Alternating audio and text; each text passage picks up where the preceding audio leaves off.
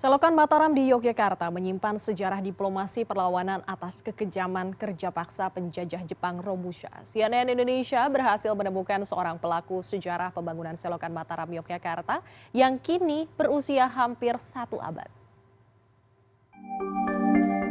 Gubuk berdinding anyaman bambu di Pedak, Sinduharjo, Ngaglik, Sleman, daerah istimewa Yogyakarta ini menyimpan sejarah penting pembangunan Selokan Mataram Yogyakarta.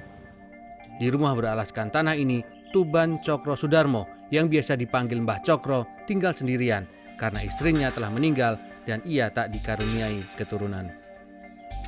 Mbah Cokro adalah pelaku sejarah pembangunan selokan yang dibangun Agustus 1944 hingga Juli 1945. Lurah saat itu memintanya kerja bakti membangun selokan Mataram bersama sekitar 10 pemuda lain dari wilayahnya.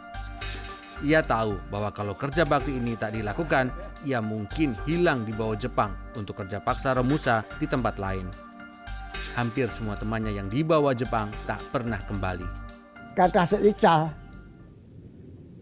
sebetulnya Jepang kata seical. Sik mantuk niku nggih mung sitok niku dijusul niku. Di usianya yang hampir 1 abad, Mbah Cokro masih ingat betul lokasi kerjanya dulu saat usianya sekitar 19 tahun. Mbah tasih kemutan jenengan pas bangun selokan Mataram niku panggene ring pundi? Manggane ten Dusun napa? dusune Trini. Berbekal sejumlah informasi pendukung, kami membawa Mbah Cokro ke tempat yang dimaksud. Niki Mbah Trini niki Mbah. Yeah. Trini. Kemutan apa mboten? Nah, Trini. Trini nggih. Nggih. Biyen teng pundi niku Mbah? Lha napa? Pas bangun niku sisih pundi? Mriko nggih ledok nika. Niki Nggih. sing jonjongan niki. Akhirnya dodol. Nggih. Meski kondisinya jauh berbeda, Mbah Cokro masih ingat betul kontur tanah tempat bekerjanya dulu. Koyone santer ngoten, Mbah. Kalau biyen apa mboten pripun? Mboten mengelingan lemah tok niku. Lemahe rada Lah jondrong. jondro. Iki nggih, Mbah nggih, berarti Nggih. nggih. Menurut Mbah Cokro, selokan Mataram di masa lalu lebih dalam dari kondisi saat ini karena dalamnya hampir 2 kali ketinggian manusia dewasa. Menikmati dawet di pinggir selokan Mataram ini mengingatkannya saat ia membeli dawet dari penjual yang berjalan di dalam selokan Mataram sebelum diairi 78 tahun lalu. Balai Pelestarian Cagar Budaya DIY mencatat selokan Mataram dikenal dengan nama Gunsei Yoshiro atau irigasi penyedia kebutuhan air bagi pemerintahan militer Jepang. Selokan sepanjang hampir 31 km ini dibiayai Jepang seharga 1,6 juta gulden.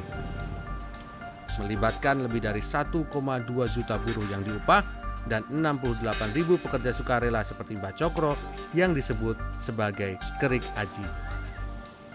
Pembangunan selokan Mataram ini ada muatan politis sebenarnya Mas, itu hasil diplomasi dari Sri Sultan Hamengkubuwono ke-9 karena waktu itu masa pendudukan Jepang Jepang itu kan ada program pengerahan massa Romusha yang kita kenal sebagai Romusha ya.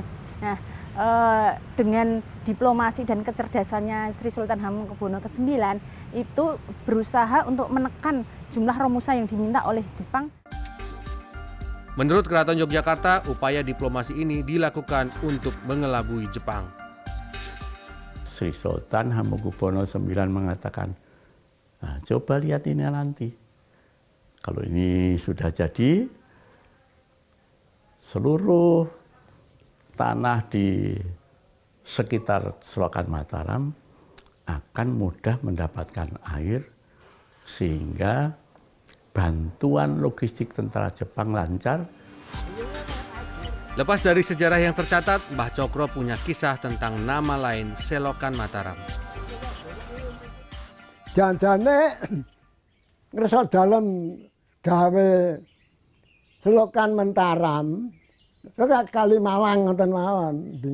Bingen niku nang desa Kalimalang.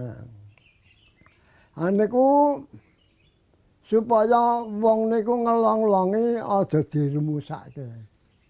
Niku hitungane mboten selokan Mataram, Kalimalang. Maksude ngalang-alangi. Ampun diukai lek digawa lunga Jepang. Saat ini selokan Mataram yang menghubungkan Sungai Progo dan Sungai Opak ini masih berfungsi sebagai sumber irigasi. Tim Liputan CNN Indonesia, Daerah Istimewa Yogyakarta.